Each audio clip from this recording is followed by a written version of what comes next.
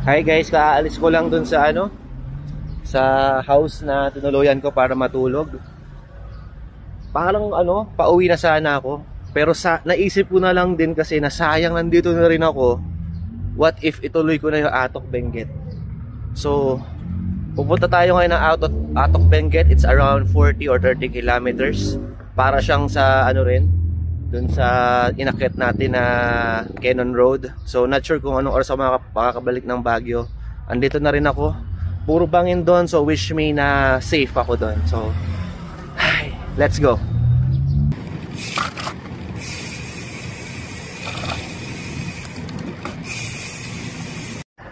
Grabe guys, kita nyo naman, Baguio pa lang is already struggle na. Sobrang dami ng ahon at lusong. So dala-diretso pa rin ako.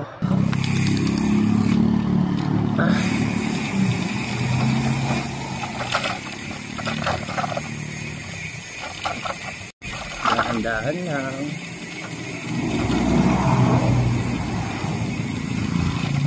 Check brakes. Grabe, sino mo naman yan?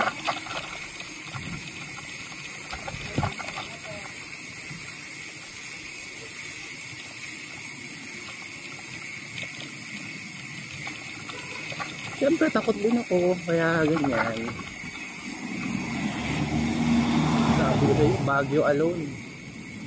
So, na to, already challenge na talaga. Sobrang tarik ng mga street dito sa Baguio. Solve ka na sa ride mo kahit di ka na pumunta ng Atok. Parang ayoko nang pumunta eh, dahil sa mga daan na to. Teka, titigil tayo.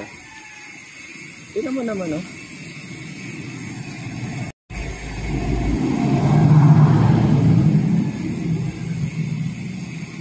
Tagalig na lang. Hi guys. Grabe, punta na ako ng Atok Benguet ngayon. So yan. Akala ko napakadali lang, pero akit na tayo guys. So stop muna ako kaka-video, focus muna ako sa ahon. At mamaya-maya kita na lang tayo sa Atok.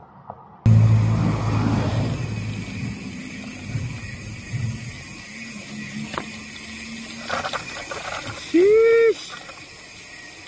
Ngayon ko na nadaanan to Country road, take me home to the place I belong, West Virginia, country mama, take me home, country road. Oh my goodness, mataas na parte na to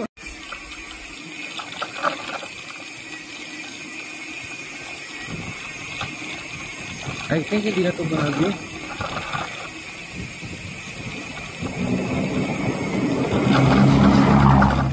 Kaya dapat magdahan-dahan na ako. Ay, nasa bundok na ako, grabe. Hindi mo lang pansin yung mga inaahon mo na nasa bundok ka na pala.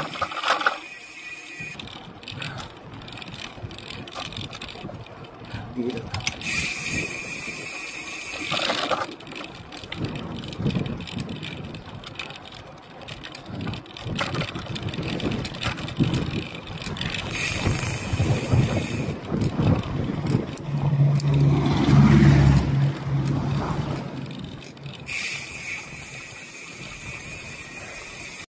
In 200 meters, make a slide left.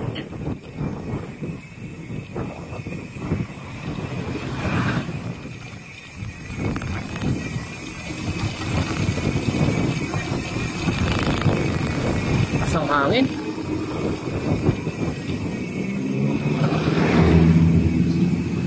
Make a slide left, then. Hi guys, dito tayo ngayon sa papunta ng Atok Benguet sa highway na to. And yet umaambo na. Kain lang guys. Parang nagbibigay na ng doubt sa akin kung itutuloy ko ba o hindi dahil sama ng panahon. I'm thinking if I can just do it next time na lang. Kailangan ko rin ng kasama na iniisip ko yun. So maybe next time na lang. So I'll go back na lang sa Baguio and go home. Medyo masama ang panahon. Iniisip ko kung tutuloy ko pa o hindi.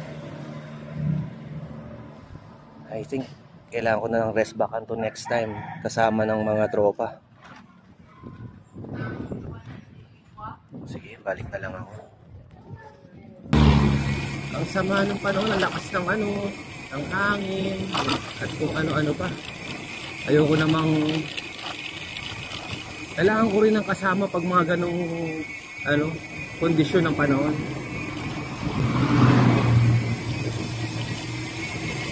Bangin pa.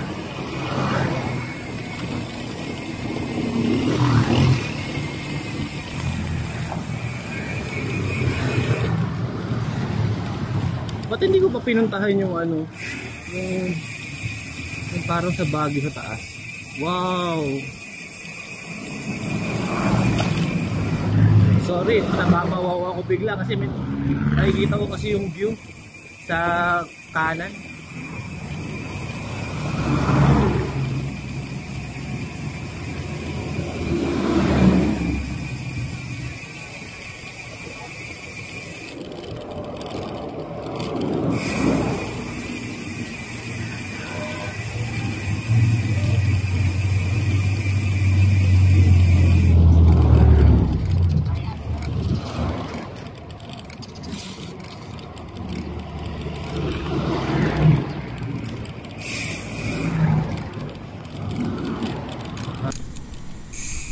Puro pababa to ah.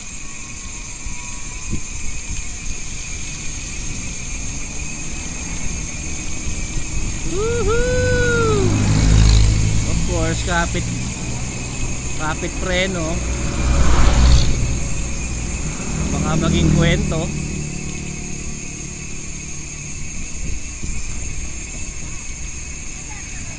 Nakaupo siya sa isang madilim na sulok.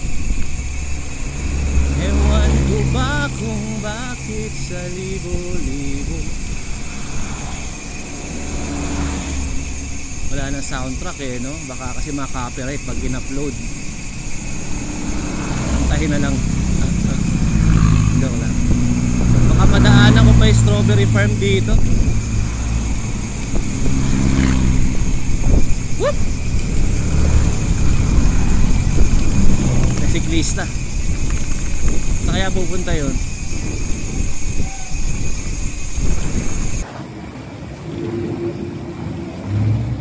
Lakad muna tayo rito guys. Bali, napakada muna sa SM Baguio itong bisikleta. Then pupunta tayo doon sa buffet. Sana hindi naman ganun karami.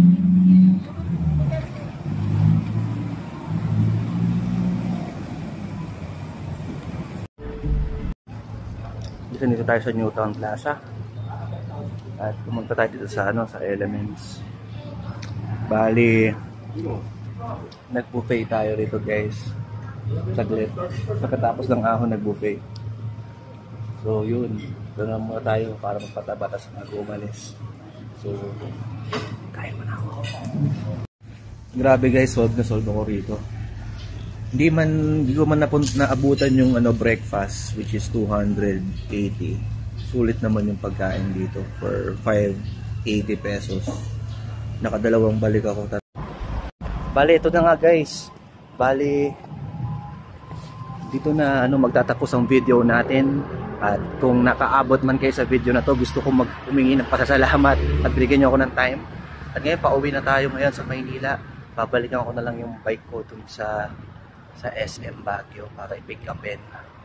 So, ito na lang muna tayo guys. See you in the next video guys. Bye!